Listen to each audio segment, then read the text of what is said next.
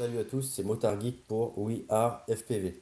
Aujourd'hui, dans le cadre de notre série de tutoriaux pour les débutants et non débutants par la suite, on va aborder l'interface de configuration du contrôleur de vol KISS. Pour ceux qui ne connaissent pas KISS, c'est une carte de vol qui se veut simple à configurer et très efficace dans les airs. Et honnêtement, depuis que je vole avec, j'ai pas spécialement envie de retourner sur Betaflight ou même ResFlight qui va dans le sens de KISS d'un point de vue configuration. Au même titre que CleanFlight et Betaflight, le logiciel de configuration de KISS est disponible sous forme d'extension Chrome et donc sur quasiment tous les systèmes d'exploitation. Mais je vais passer l'installation parce que c'est relativement simple. Je vous mettrai juste le lien vers l'extension dans la description de la vidéo. Depuis peu, pour ceux qui seraient un peu réfractaires aux produits Google, l'interface de configuration est aussi disponible en application standalone uniquement pour Mac et Windows, pas d'installeur, un bête binaire à lancer, et on se retrouve avec cette interface que vous voyez là. Donc moi j'utilise la version 1.14 du logiciel de configuration. C'est une version de développement, tout simplement parce que j'ai mes ESC en protocole Digital Shot et que c'est pas encore sorti officiellement en version stable. Avant tout, sur la page d'accueil, on a un petit diagramme de la carte de vol recto et verso qui peut s'avérer pratique lorsqu'on est en phase de soudure ou de connexion. Donc moi je me connecte en USB. Pour la conf c'est pratique, il n'y a pas besoin de LiPo, donc on peut laisser ses hélices. Si on a besoin de tester sa radiocommande et son récepteur, euh, ce dernier est alimenté par la carte de vol, donc pareil, pas besoin de LiPo. Donc on n'est pas obligé de démonter les hélices à chaque fois. D'autant plus que s'il y a la LiPo, on ne peut même pas sauvegarder les paramètres qu'on a modifiés. Donc on va faire le tour des différentes options. Je commence par le type de multirotor. Donc moi c'est un quad en IS. Même si c'est un quad en H ou que c'est pas tout à fait symétrique, pour nos mini racers, c'est la conf la plus adaptée. En tout cas, on va pas mettre tricoptère. Ensuite, on choisit son type de récepteur. Moi, j'ai un récepteur FR Sky puisque je vole avec une Taranis et il est connecté en S-Bus.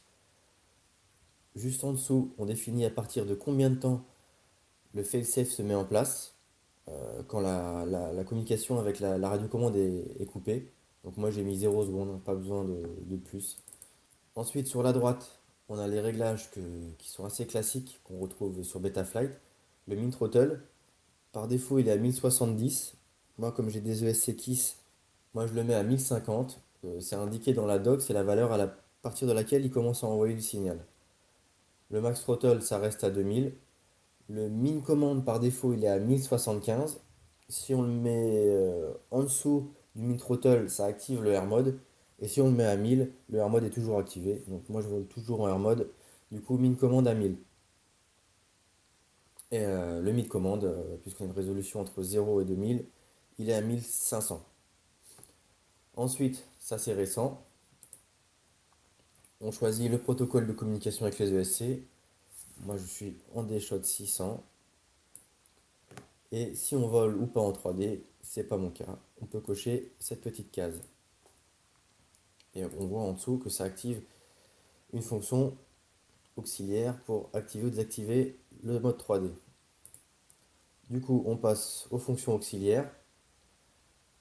On définit avec quel bouton on met l'armement et la position du bouton en bas, au milieu ou en haut. Ça, c'est pour les boutons à trois positions. Même chose pour le mode stabilisé. Moi, je me le garde en sécurité, hein, si je perds la radio ou pour une raison X ou Y en cas de panique. Un petit mode sécurité, gaz à moitié, et le quad reste où il est normalement. Et moi, j'ai un troisième bouton pour pouvoir activer le buzzer lorsque j'ai paumé le quad dans l'herbe ou autre. J'ai pas encore utilisé la fonction LED, j'ai pas de LED intelligente, donc elles sont pas connectées à ma carte de vol. Ensuite, on a un filtre passe-bas qui se privilégie un signal du gyro vierge au possible. Par défaut, le filtre passe-bas est sur haut, à savoir que plus c'est haut, moins c'est filtré. Donc le filtre maximum, c'est sur très bas. Moi, ça vole bien sans filtre passe-bas. Donc je l'ai désactivé. Sur la gauche, on retrouve les PID et les rates. Et juste au-dessus, on peut définir des pré-réglages. Donc soit ceux par défaut. On voit par exemple qu'on a une conf pour ZMR 250. La conf par défaut qui ressemble à ça. Et on peut aussi utiliser les confs partagés par les utilisateurs. Bon, là, c'est mal fichu. La liste apparaît en dehors de mon écran. C'est pas génial, mais par exemple, on doit pouvoir retrouver Mister Steel, un pilote que j'apprécie particulièrement en freestyle. Voilà, il a partagé une conf d'Alien 5 pouces. C'est un peu ce que j'ai. On peut voir qu'il a des PID assez hauts. Ça peut servir de base pour son tuning. Perso, je suis parti de la conf par défaut et j'ai suivi le protocole standard de réglage qu'on abordera dans un tutoriel plus tard, j'imagine, que ce soit avec moi ou avec David. Si je me déconnecte et que je me reconnecte, on va retomber sur ma conf à moi. Là, ce sont les PID pour le mode stabilisé. Donc voilà, c'est tout ce qu'il y a à faire. Vous avez votre carte de vol, votre quad il est prêt à voler, vous le branchez, vous faites ces quelques réglages et c'est parti. Dans l'onglet avancé, on a quand même quelques options. C'est récent. Avant, on n'avait pas ça du tout. On peut définir un paramètre de rotation de la carte de vol. C'est pratique pour les châssis un peu biscornus. On peut définir le port série si on s'en sert pour l'OSD ou pour une black box. Là, on a le lap timer configuration. C'est pour communiquer avec un transpondeur qui permet de chronométrer le drone en course. J'ai pas testé, hein, mais j'en ai parlé pareil sur ma news dont il y a le lien dans la description. Le voltage alarme, je ne l'ai pas encore paramétré à vrai dire. J'ai l'info qui remonte moi en télémétrie, donc c'est ma Taranis qui m'avertit. Et la couleur des LED, pour choisir la couleur lorsqu'on a des LED intelligentes connectées à l'AFC. Troisième onglet, c'est Data Output. C'est pour voir ce qui se passe, ce que mesure la carte de vol et ce qu'envoie le récepteur à cette dernière. Donc là, moi j'ai ma Taranis qui est branchée. On peut voir que si je bouge les axes, on retrouve tous les axes qui bougent. Donc ça permet déjà de vérifier que tout est bien réglé. La résolution de 1000 à 2000 avec un mid à 1500. Les différents boutons. Là, on voit que ça c'est mon beeper. Pareil, le beeper est alimenté par la carte de vol. Pas besoin de l'hypo. Et les boutons à trois positions. Donc c'est à peu près tout. Un peu comme dans Betaflight. Enfin, c'est pas un peu, c'est comme dans Betaflight. On a un onglet motor test. Donc évidemment, on a un gros warning parce que là, il faut brancher la lipo. Donc il faut surtout pas avoir d'hélice d'installer sur les moteurs parce qu'on sait jamais s'il y a un problème ou quoi. Ça peut être très dangereux, surtout en intérieur, avec le drone à proximité. C'est une partie qu'on pourra aborder plus tard. Là, il n'y en a pas besoin. Donc on retourne sur l'onglet des données. On peut voir que je suis en mode accro. Si je bouge mon bouton SD sur ma radio, je passe en stabilisé. Si je bouge mon bouton SE, ça arme. On a un petit bip qui l'indique. Là, c'est le voltage. Bah, forcément, c'est l'USB, donc c'est du 5 volts. On voit que le processeur il travaille très peu, il est même pas sollicité à 20%. Normal, il ne fait rien. Juste en dessous, on a les graphiques des différentes mesures effectuées par la quête de vol. Donc là, si je bouge le drone, on peut voir que le gyroscope et l'accéléromètre s'affolent. On peut remarquer aussi que la CPU n'est pas spécialement utilisée. De toute façon, c'est un des gros avantages de KISS. C'est du software développé pour un hardware particulier et c'est suroptimisé. On peut aussi retrouver les infos remontées en télémétrie par les ESC. Là, pour le coup, il faut une lipo branchée. Moi, j'ai mes hélices, donc je le fais pas. Ça fera l'objet d'une autre vidéo. Donc, c'est à peu près tout pour le diagnostic. Si tout est bon ici, normalement, il n'y a plus qu'à décoller. Pour ceux qui veulent aller un peu plus loin, on peut passer sur l'onglet Rates. On retrouve les mêmes options que dans la page de configuration qu'on avait juste là. Donc si on les change d'un côté, et bien évidemment c'est répercuté de l'autre et inversement. Mais ce qui est pas mal avec cette page-là, c'est qu'on a donc du coup ce qu'envoie la radiocommande.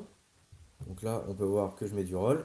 On a un petit quad qui est dessiné ici, qui normalement affiche le comportement réel. Là, on a les options et on voit tout de suite ce que ça fait sur la courbe.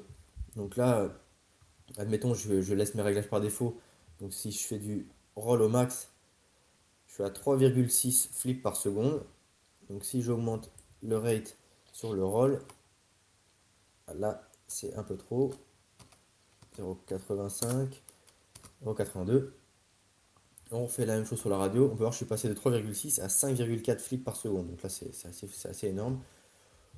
Du coup, ce qu'on peut faire si on augmente les rates, c'est mettre un peu d'expo. Les RC curves, c'est l'équivalent de l'expo pour les habitués de Clean Flight et Beta Flight. Donc si on en remet un peu, on en met beaucoup pour voir que ça aplatit la courbe. Voilà. Donc ça veut dire que sur le début de la courbe, ça bouge pas beaucoup. Et dès qu'on arrive en bout, ça fait beaucoup de flips. Donc ça, c'est vraiment pratique pour peaufiner ces réglages. Il reste un dernier onglet auquel j'ai pas touché personnellement. Pareil, avec une courbe et toutes les infos nécessaires pour faire les réglages de atténuation des PID en fonction des gaz. C'est pour ceux qui ont des vibrations sur certaines plages de gaz. Typiquement, à un moment sur Kiss, sur les anciennes versions de firmware, il y avait beaucoup de personnes qui étaient sujets à des vibrations à mi-régime, moi le premier. De passer par ce menu, ça permettait d'essayer de les atténuer. Donc là, on peut voir, c'est vraiment bien fichu parce qu'en fonction de ce que je fais sur ma radiocommande, on a les gaz, la valeur des gaz qui sont répercutés ici et sur le graphe, et en live, la valeur des des PID effectifs. Donc là, on voit que sur cette plage-là, donc de 1300 jusqu'à mid-throttle, j'ai les PID que j'ai définis. Et avant et après, on a de l'atténuation. Et plus on va haut dans les gaz, plus il y a d'atténuation. Par exemple, si je suis à full throttle, mon P il est plus à 4 sur le roll, mais il est à 2,44. Pareil, ça baisse sur le pitch et le yaw. Donc ça, c'est les valeurs par défaut.